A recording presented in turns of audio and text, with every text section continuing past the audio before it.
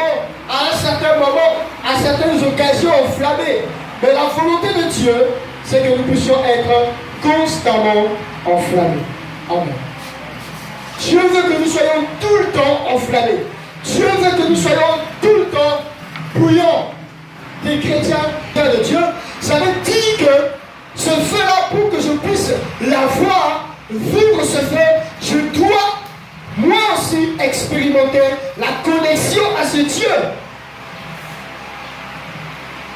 Pour que je puisse avoir le feu, il faut que je sois connecté à l'élément qui produit le feu. Et s'il y a des chrétiens aujourd'hui qui n'expérimentent pas le feu de la Pentecôte, simplement parce qu'il y en a certains au monde qui n'ont pas encore connu la source, qui ne sont pas connectés à la source de feu. Il faut d'abord être connecté. Nous sommes là, si par exemple, on pouvait débrancher le matériel que nous avons ici à l'électricité, on ne peut rien faire avec.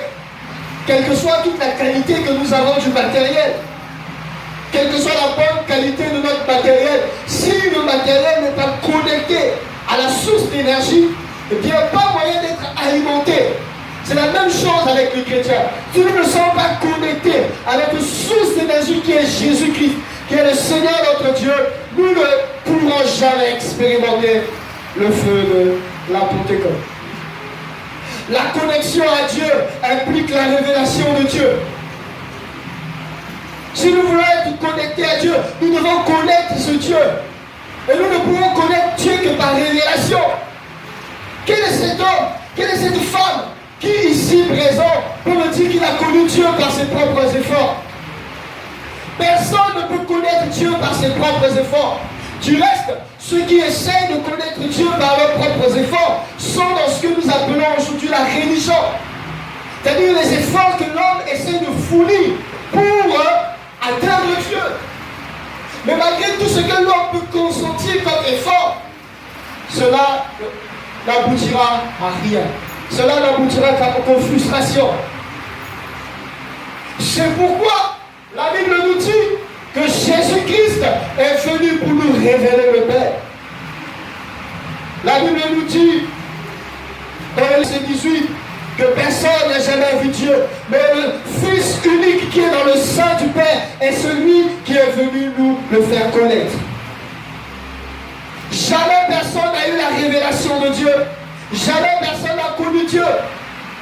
Quels que soient les efforts que tu as eu à fournir dans ta vie pour connaître Dieu, je t'assure que si Dieu n'était pas venu vers toi, tu n'allais pas le connaître. C'est pourquoi Jésus pouvait dire à ses disciples, personne ne vient à moi si le Père ne l'attire. Personne dans ce lieu ne peut se vanter de connaître Dieu par lui-même. Sinon, on ne parlera plus de la grâce dans le salut. La Bible dit que nous sommes sauvés par grâce. Alors cessons de nous vanter des efforts que nous avons fournis. C'est Jésus-Christ, Dieu dans la chair, qui est venu nous révéler le Dieu que personne ne connaissait. C'est pourquoi Christ est la manifestation de Dieu à l'humanité. Dans le livre de Colossiens, on l'appelle l'image parfaite du Dieu invisible. J'aimerais dire à quelqu'un, tu te poses des questions sur Dieu, tu ne connais pas Dieu. Si tu veux connaître Dieu, entre en connexion avec Jésus. Et c'est impossible pour nous de connaître Dieu si nous n'entrons pas en connexion avec la personne de Jésus. J'aimerais dire à quelqu'un, Jésus-Christ est une personne réelle. Lorsque nous prêchons Jésus, nous prêchons quelqu'un de vivant, nous prêchons quelqu'un de réel. Parce que la Bible nous dit que Jésus-Christ est né d'une vierge.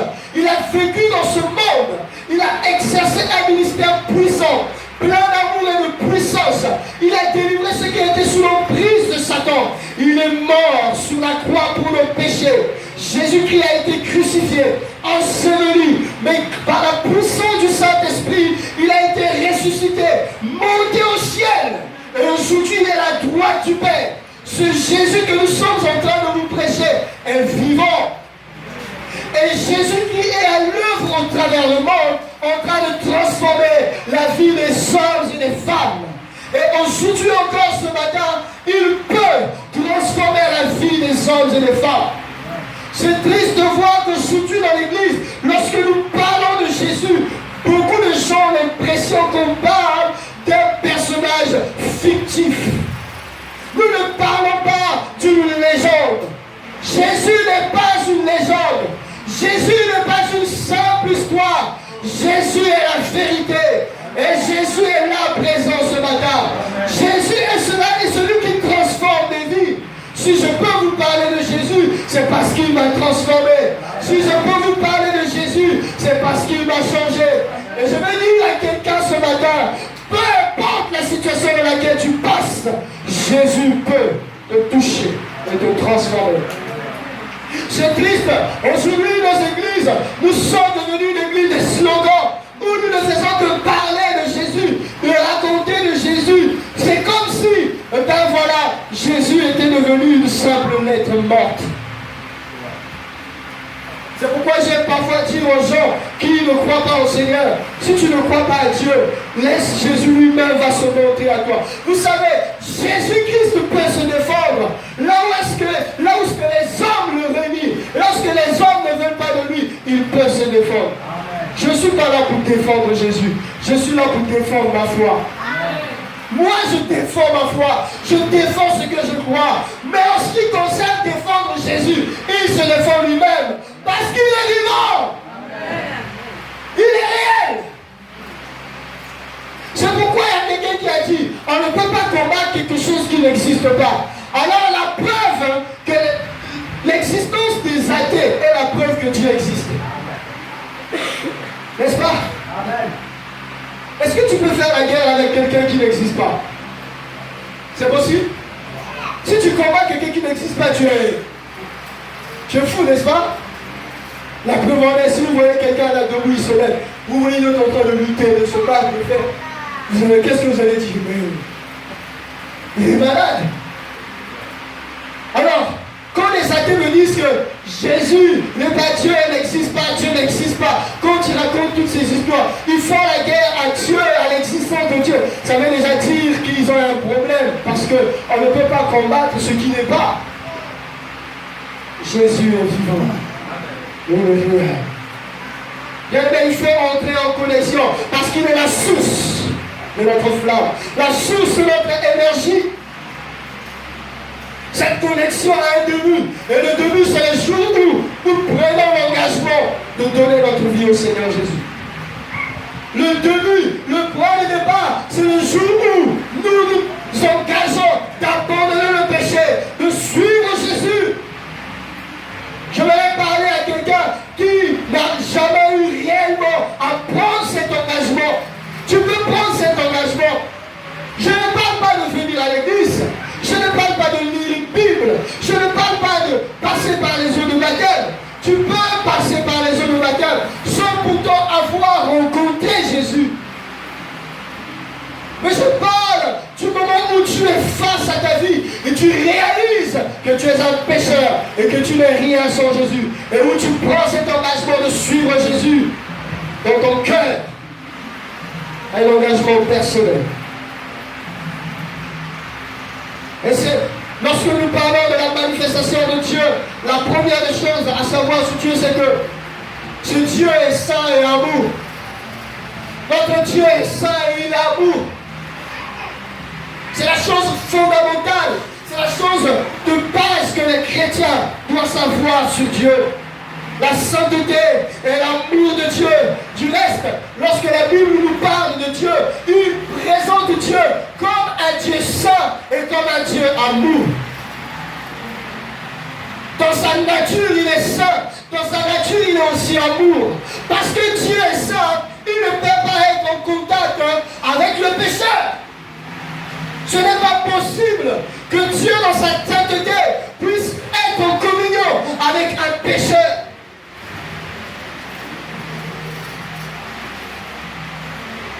Et la Bible nous dit que tous ont péché et sont privés de la gloire de Dieu. Qui en Seigneur peut se vanter de ne pas avoir péché dans sa vie? Qui en Seigneur peut lever le bout de son doigt pour dire que je n'ai jamais péché? Tous. La Bible dit, tous ont péché. Personne n'est juste. notre justice devant Dieu, la Bible dit, n'est qu'un vêtement souillé. Toute la justice de l'homme est injustice devant Dieu, est péché devant Dieu. Alors celui qui se base sur sa justice, celui qui se base sur ses œuvres, est d'ores et déjà perdu. Et comme je l'ai dit, la révélation de Dieu n'est pas seulement basée sur sa sainteté, mais aussi sur son amour. Non seulement ce Dieu est saint, mais il est aussi amour. C'est pourquoi dans son amour, il a voulu être en communion avec nous. Il a voulu vivre avec nous. Il voulait l'homme auprès de lui. J'aime cette chanson qui dit, tu n'as pas voulu l'éternité sans nous. Alléluia. Dieu n'a pas voulu le ciel sans nous. Dieu voulait un ciel avec jouissance. Dieu a dit, il faut que tu sois là. C'est pourquoi dans son amour, il a dit oui, je suis saint, l'homme est pécheur. Parce que je suis saint et que l'homme est pécheur, il n'y a pas de communion. Mais parce que j'aime l'homme, il a donné tout ce qu'il avait de plus précieux pour racheter l'homme qui a été fondu au péché, pour que nous soyons libérés du péché et qu'au travers du sacrifice de Jésus, que nous soyons reconnectés à lui, que nous soyons réconciliés avec le Père. Aujourd'hui, parce que Christ est mort sur la croix, je suis maintenant réconcilié à Jésus. Et je suis enfant de Dieu. Moi qui étais avant abandonné, je suis accepté. Jésus a été abandonné sur la croix par le Père pour que moi je sois accepté. Et j'aimerais dire à quelqu'un, en Jésus tu n'es plus abandonné, tu es accepté. Et c'est l'amour de Dieu. Sois connecté à ton Dieu, la source de notre énergie. La source de notre énergie.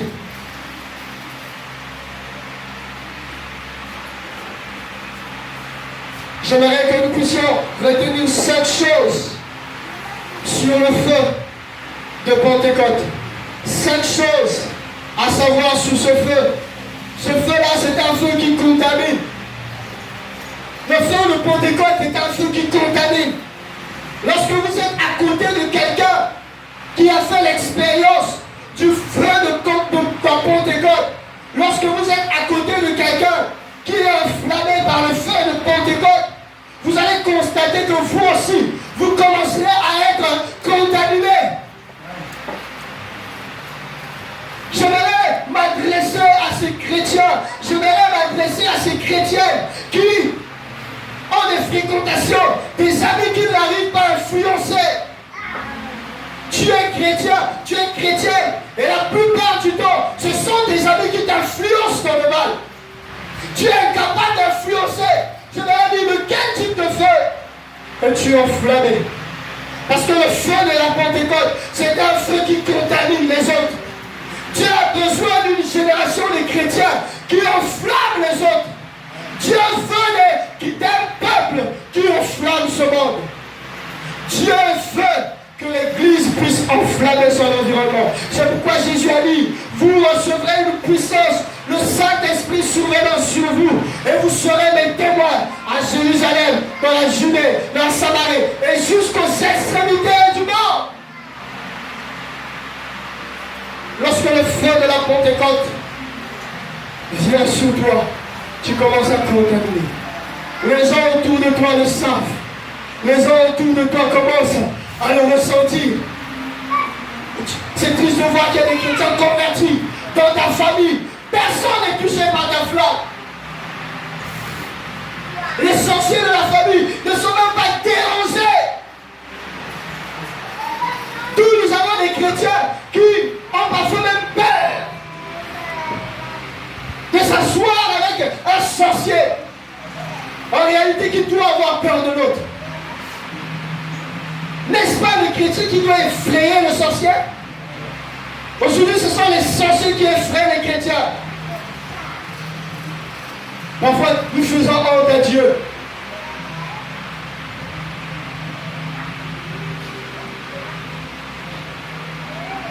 La deuxième des choses à savoir sous ce feu, c'est un feu surnaturel.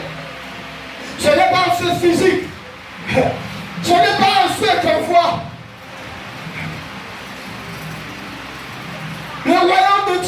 ce n'est pas le physique. Jésus l'a dit. Le royaume de Dieu, ce n'est pas le manger, ce n'est pas le boire, ce n'est pas le physique. Tu peux être quelqu'un, tu n'as pas l'argent, tu n'as pas tous les moyens, mais quand tu te présentes quelque part, les gens sentent la puissance de Dieu qui se dégage quand tu parles. Quand tu ouvres ta bouche pour prier, on voit comment le monde des ténèbres tombe. Tu n'as pas besoin d'avoir toutes ces choses. Des chrétiens qui se disent, si j'avais de l'argent, si j'avais les moyens, si j'avais ceci. Les disciples que le Seigneur avait choisis, ils n'avaient pas les moyens. C'était des pécheurs pour la plupart. C'était des hommes qui n'étaient même pas, qui n'avaient aucune réputation. Des hommes qui n'avaient pas d'instruction, la Bible nous dit. Mais ces hommes ont bouleversé le monde. La Bible dit, dans les livres des Actes des Apôtres, un jour ils sont arrivés dans une région, dans une localité. Les hommes ont dit, ces hommes qui ont bouleversé le monde, ces hommes qui ont bouleversé le monde sont arrivés jusqu'ici. J'aimerais que l'on dise des chrétiens de la réconciliation que ces chrétiens bouleversent le Congo. Est-ce qu'il y a des hommes qui bouleversent en ces lieux? Oh, j'aimerais que se lèvent dans cette église des hommes et des femmes qui vont bouleverser des choses dans leur famille, dans leur foyer, dans cette nation. Nous avons besoin des gens qui bouleversent. Seigneur, fais de moi quelqu'un qui bouleverse. C'est un feu surnaturel, un feu qui défie. Vous savez ce qui est extraordinaire avec le surnaturel, c'est quoi? Le surnaturel a toujours eu le dessus sur le naturel. Lorsque, sur le surnaturel, Dieu te place dans une position élevée, sache-le que Dieu te passe au-dessus du naturel. La preuve en est, pourquoi on appelle cela surnaturel? Quelque part, ça signifie au-dessus du naturel.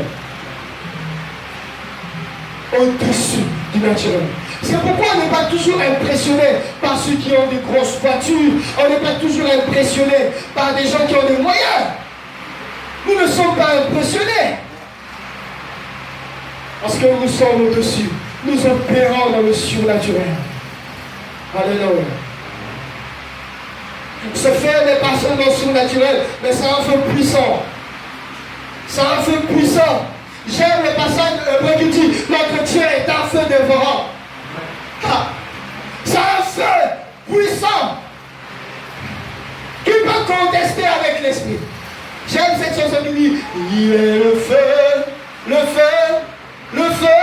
puissant qui peut contester avec l'esprit.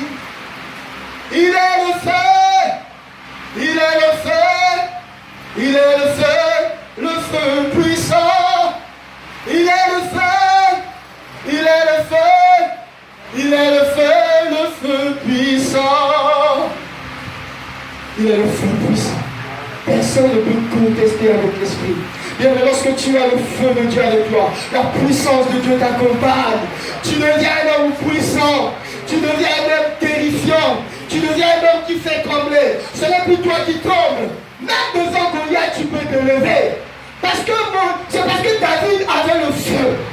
David avait en lui le feu. La Bible dit que David avait été oint, il avait reçu l'onction du Saint-Esprit. Et depuis là, il pouvait venir se lever devant Goliath.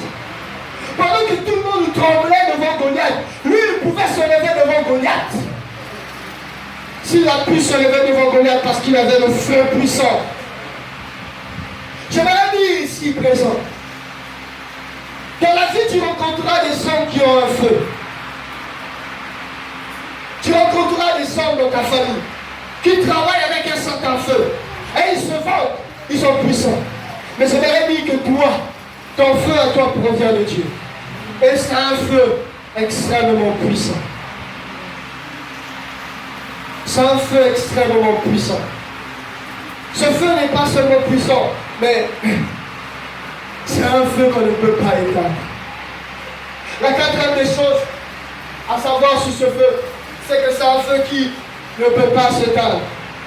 C'est un feu que le diable ne peut pas éteindre.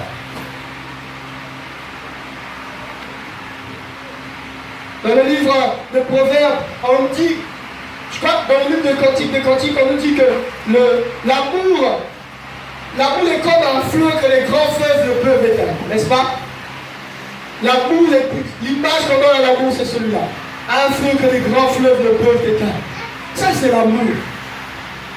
Mais le feu de l'esprit, qu'en est-il de ce feu? Quel est cet homme? Quel est ce diable qui peut venir éteindre le feu de la Pentecôte qui brûle dans un chrétien? Lorsque tu es enflammé par le feu de la Pentecôte, aucune personne, aucune entité, aucun démon, aucun sorcier ne peut éteindre ce feu. Mais ce qui est triste, c'est que celui qui peut éteindre ce feu, c'est toi-même. La Bible nous dit dans le livre de Thessaloniciens 5, n'éteignez pas l'esprit. N'éteignez pas l'esprit.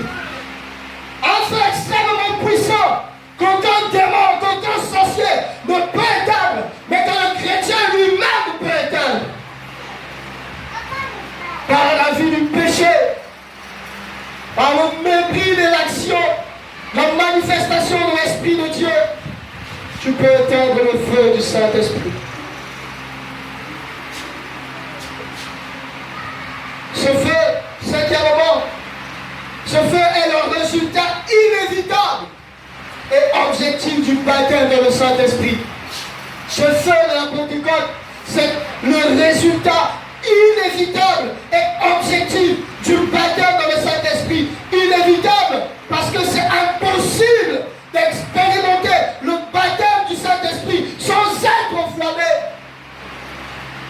Je répète que c'est impossible d'expérimenter le baptême du Saint-Esprit sans être enflammé. J'aimerais dire une chose que nous devons corriger dans nos églises pentecôtistes. C'est que nous ne sommes pas baptisés du Saint-Esprit seulement pour parler en langue, mais pour être enflammés et faire la mission. Nos églises sont remplies de chrétiens qui ne font que parler en langue, mais ils ne sont pas enflammés pour la mission. Ils ne sont pas enflammés pour l'œuvre de Dieu. Nous sommes là, en train de parler en langue, ce qui est devenu un luxe. Lorsque tu es baptisé du Saint-Esprit, tu dois inévitablement être enflammé.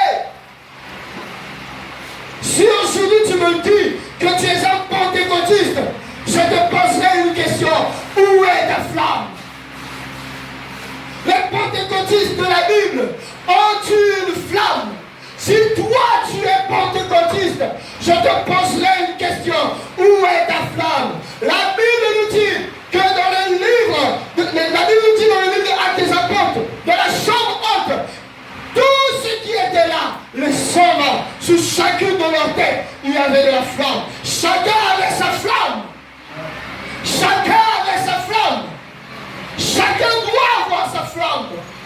Et il y a une flamme prévue pour chacune de nos têtes. J'aime bien cela parce que c'est un homme de Dieu qui le dit. Il y a une flamme prévue pour chacune de nos têtes. Si tu es un pentecôtiste, il faut que tu aies une flamme. Si tu dis avoir être baptisé du Saint-Esprit, avoir été baptisé du Saint-Esprit, il faut que tu manifestes cette flamme.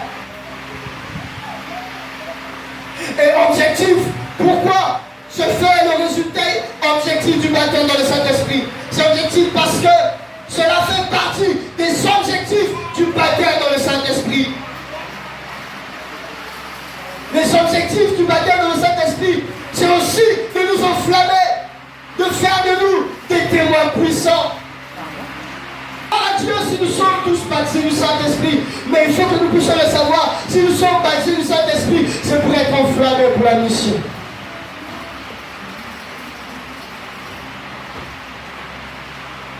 Comment expérimenter ce feu? Si nous voulons expérimenter ce feu, nous devons le désirer. Nous devons aspirer. Nous devons avoir soif.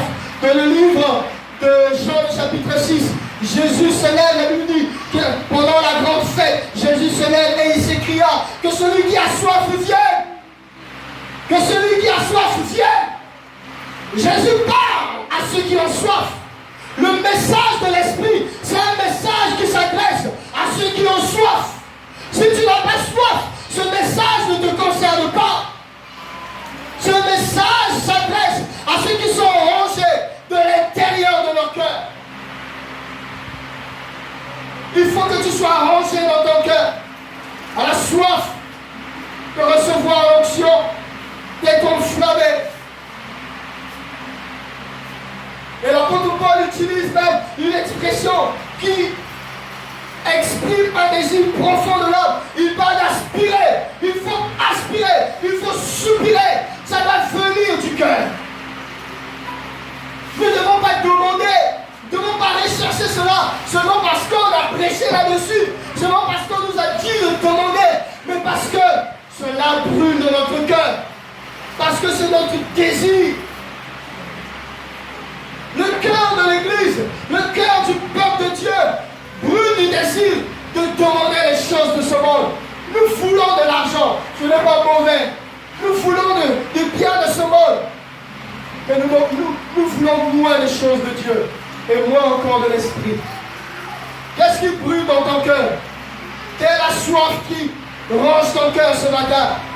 Quelle soif ronge ton cœur ce matin?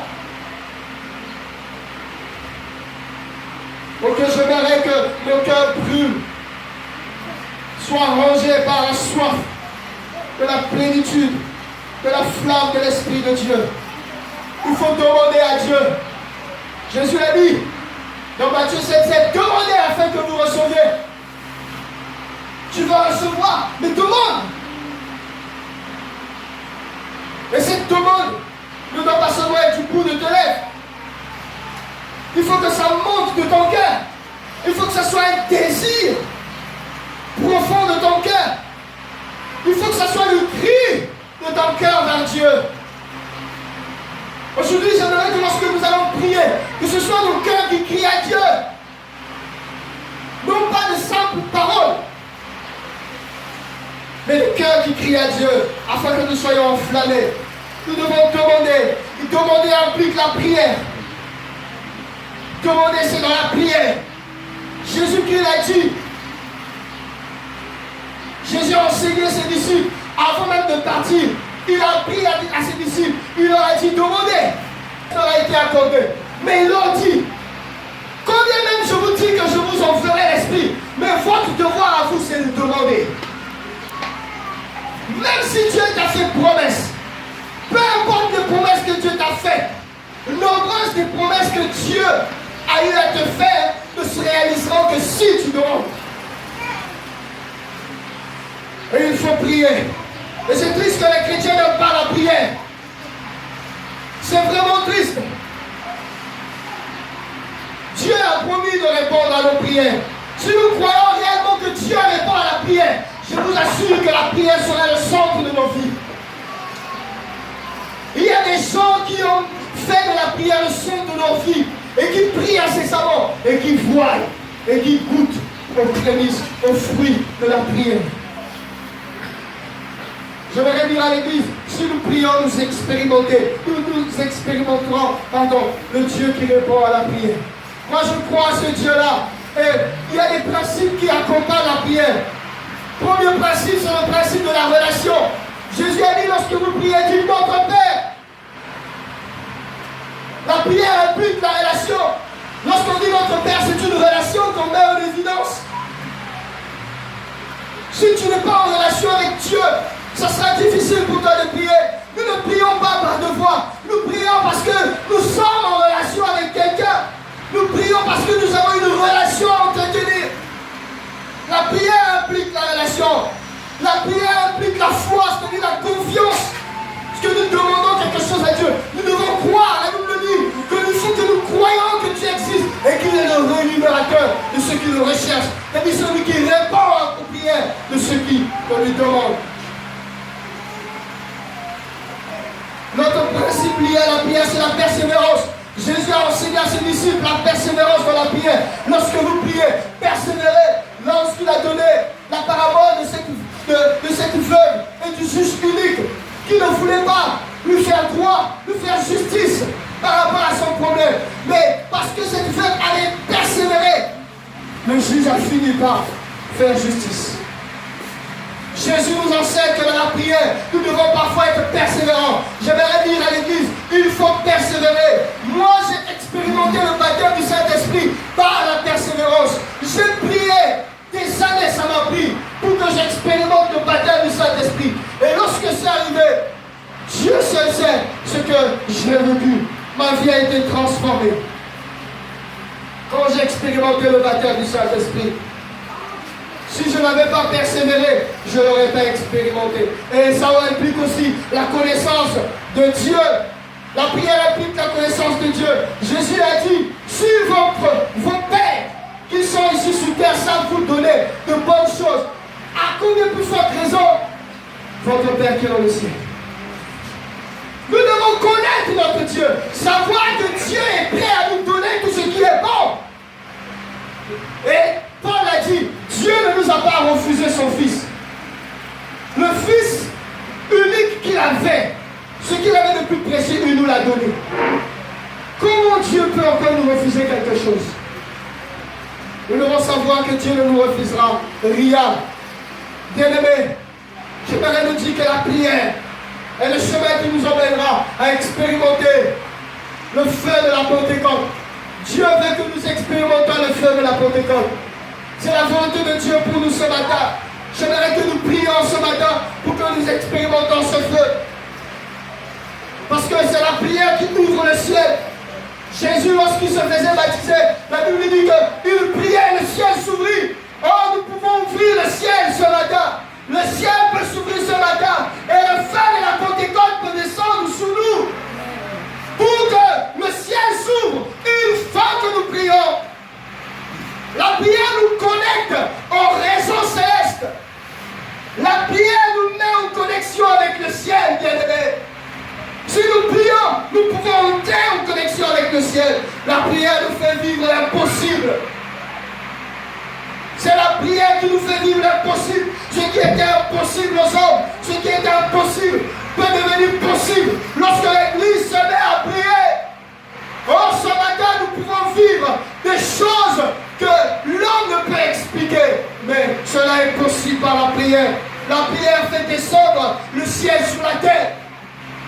La prière nous emmène à expérimenter les choses du ciel sur la terre. Jésus a dit, lorsque nous prions en disant que ton règne vienne, ce qui était céleste peut maintenant devenir visible sur la terre par la prière.